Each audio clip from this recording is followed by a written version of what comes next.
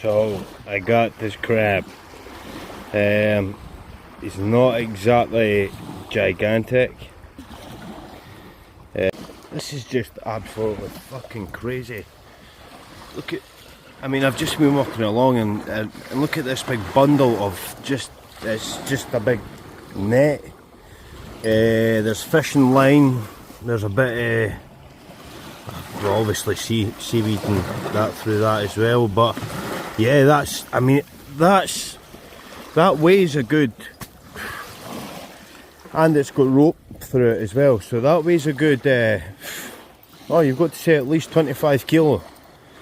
That is fucking appalling. I thought that last find was bad. So you've got this right here, then I move like a couple of steps up here, turn left, look at this. This is just unbelievable.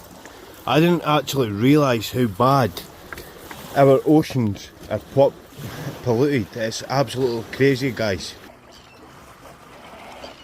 So that's a tree stump, guys. What on earth is it doing up there? Just shows you the force of Mother Nature. On our way back.